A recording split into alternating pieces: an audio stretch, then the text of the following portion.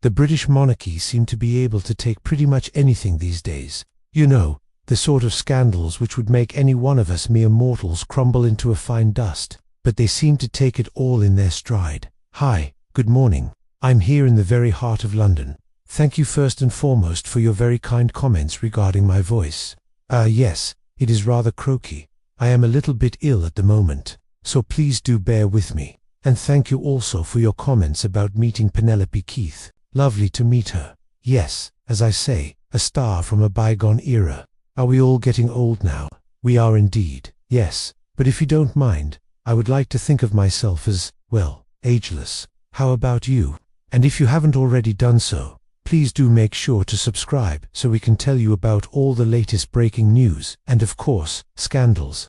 As ever, though, back to your royal story now. It seems incredible to think, but this time 34 years ago, in 1988, one of Britain's most loved and leading ladies was offered the chance to play a former First Lady of the United States, Jackie Kennedy Onassis.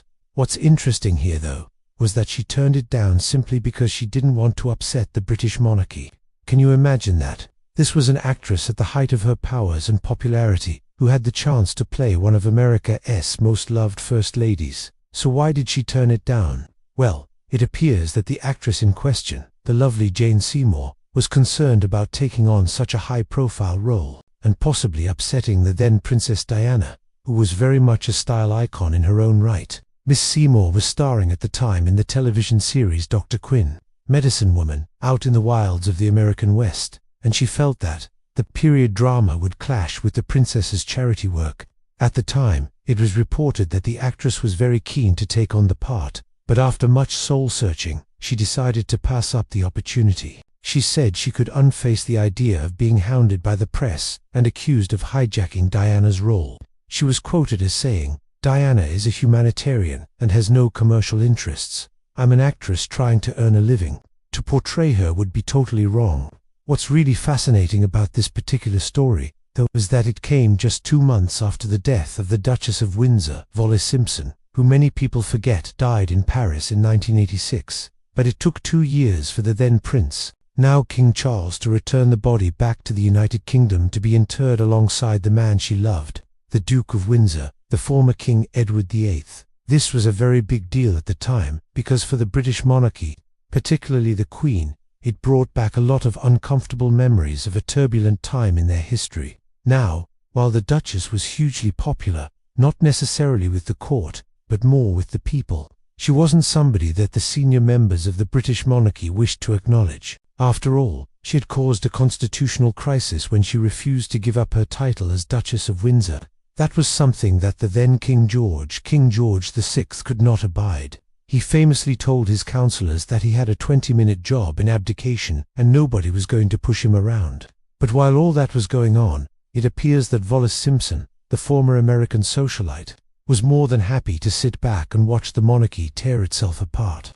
After all, without her, it wouldn't have happened. Now, following her death in 1986, a lot of people were surprised that the Queen allowed the body to lie and rest at Windsor Castle before it was eventually taken to St. George's Chapel for the funeral. Now, what's interesting here is that the funeral itself cost the taxpayer some £170,000.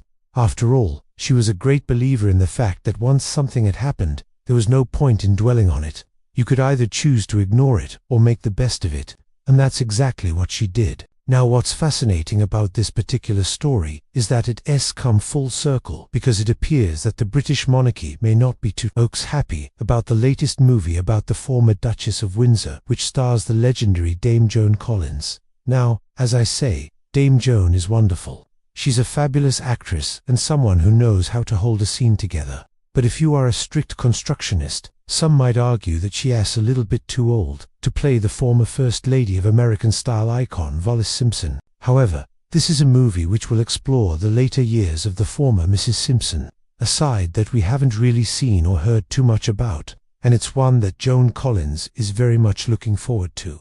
But will His Majesty the King and other senior members of the British monarchy be equally as thrilled?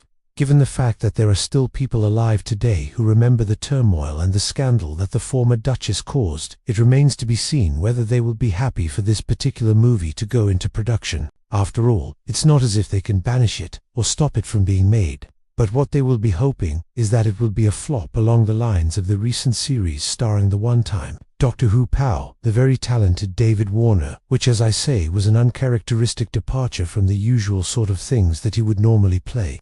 If you do remember that series, though, it was watched by some 11 million people in the United Kingdom.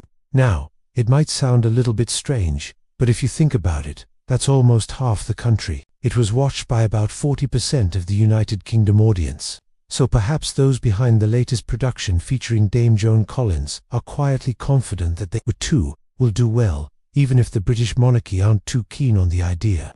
As for Jane Seymour, well, she went on to enjoy a reasonable career playing historical figures. But after her initial success in the early 80s, she never really hit the heights again. Though still a favorite with television executives, she seems to have been typecast as a sort of period drama star rather than moving on to other things. Perhaps, had she played Jackie Kennedy Onassis, she might have been viewed differently. It's interesting to note here, though, that when younger actresses take on older roles, they get far less criticism. Take, for example, the very young and beautiful Gal Gadot, who plays the part of the not-so-young, not-so-beautiful, but a very historical figure, Cleopatra. Now, nobody bats an eyelid at that. But when an older actress takes on a younger role, suddenly everybody wants to have their say. It's amazing, isn't it? One thing's for sure, though, if it's a huge hit, then the British monarchy will be secretly pleased. Because, as we've told you many times here on the show, the late Lord Louis Mountbatten was very keen to encourage the arts, especially film. He believed that if the films were good, and they portrayed the British monarchy and the royal family in a good light, then it could only be good for business. He famously said, "If you can't stand the heat, get out of the kitchen," and that's exactly what he did. Whenever there was a biopic or movie being made about a member of the British monarchy, he would always ensure that he had a private viewing before it was released to the public. And if he didn't like it, he made it quite clear that he would use all of his powers to ensure that those responsible would never be invited to another royal premiere. But if he liked it, then it would get the seal of approval, and everyone would be allowed to carry on regardless. What's interesting here, though, is that when you think about it, he was basically the first censor of the British monarchy, and if you didn't toe the line, then you were out. But it was all done on his own personal view rather than something more official. As for Dame Joan Collins, well, she'll be hoping that her latest production will be a huge hit, both critically and commercially. And if it is, then perhaps she might just get the seal of approval from His Majesty the King. Reporting from the very heart of London,